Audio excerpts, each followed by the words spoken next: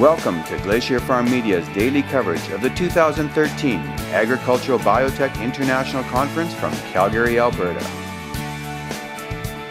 From September 15th to 18th, we'll be bringing you daily news from the conference floor at 6 a.m., noon, and 9 p.m. nightly, courtesy of Myers Norris Penny.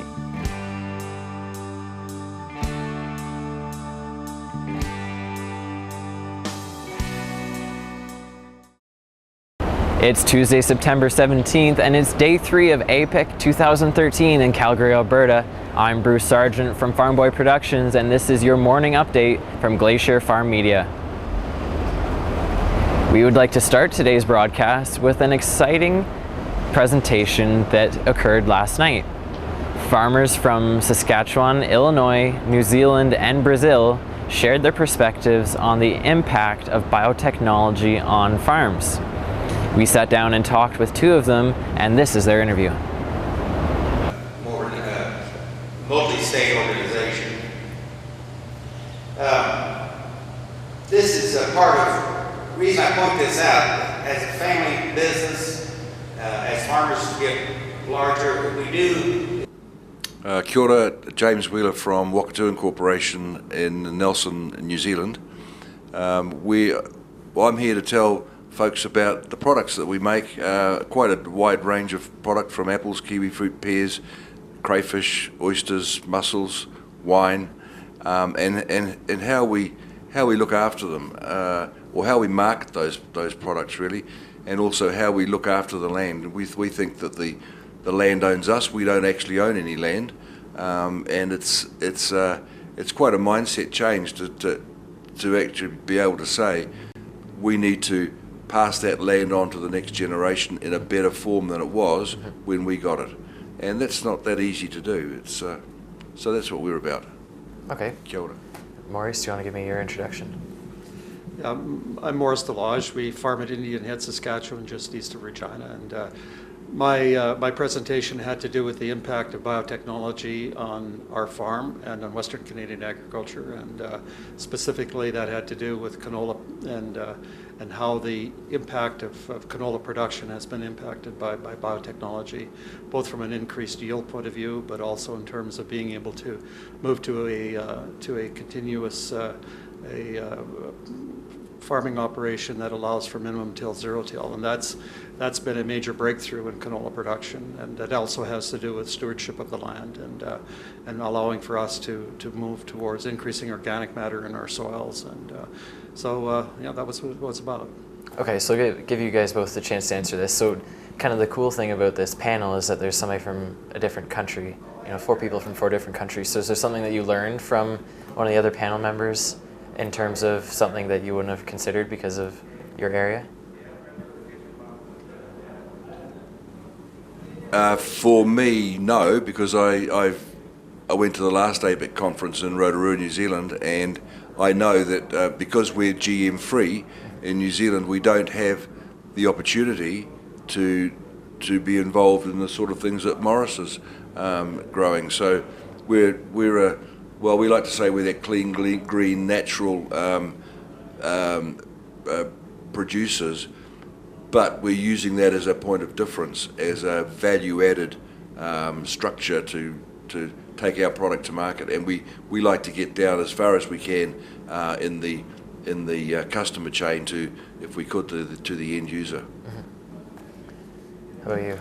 I think whenever you have a group of 4 farmers together, you always learn something. You share ideas and understandings about what it is that you respectively do.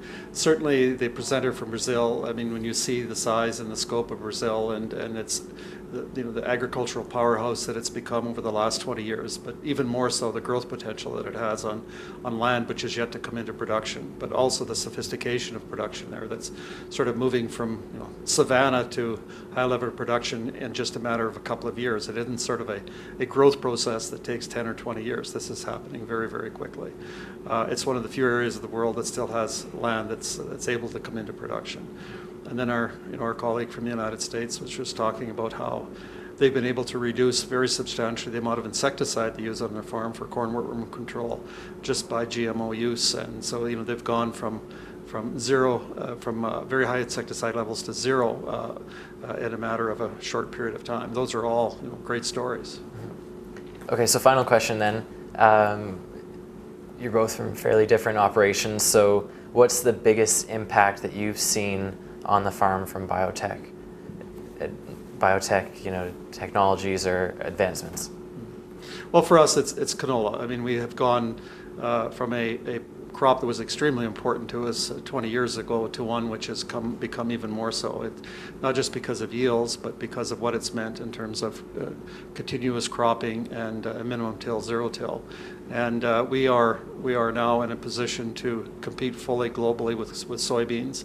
And in terms of oil production, even more so. I mean, if you look at a bushel of canola and a bushel of soybeans, we're 42% oil, they're 28% oil.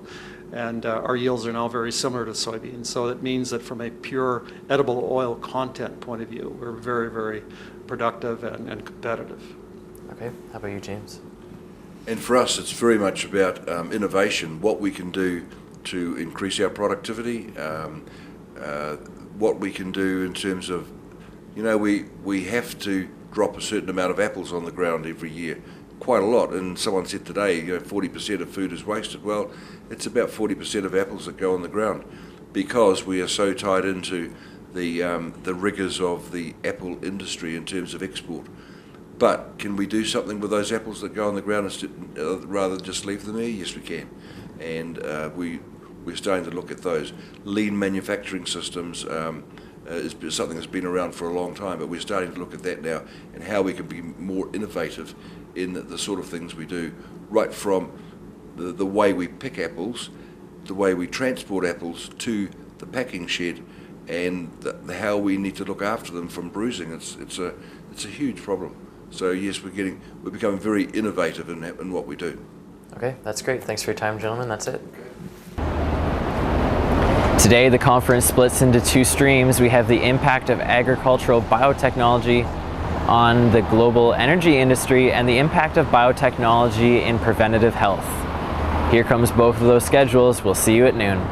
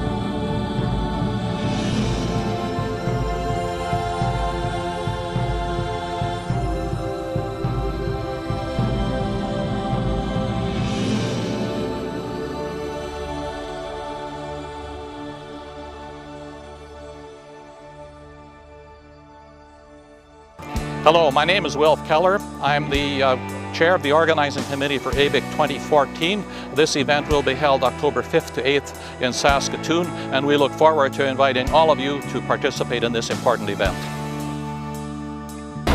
Later today, we'll also be covering the talks on growing food and fuel, the hazards of trying to do both by Gwen Morgan, as well as the potential role of biotechnology in animal health by Dr. Lauren ABIC. So make sure you watch this afternoon for those interviews.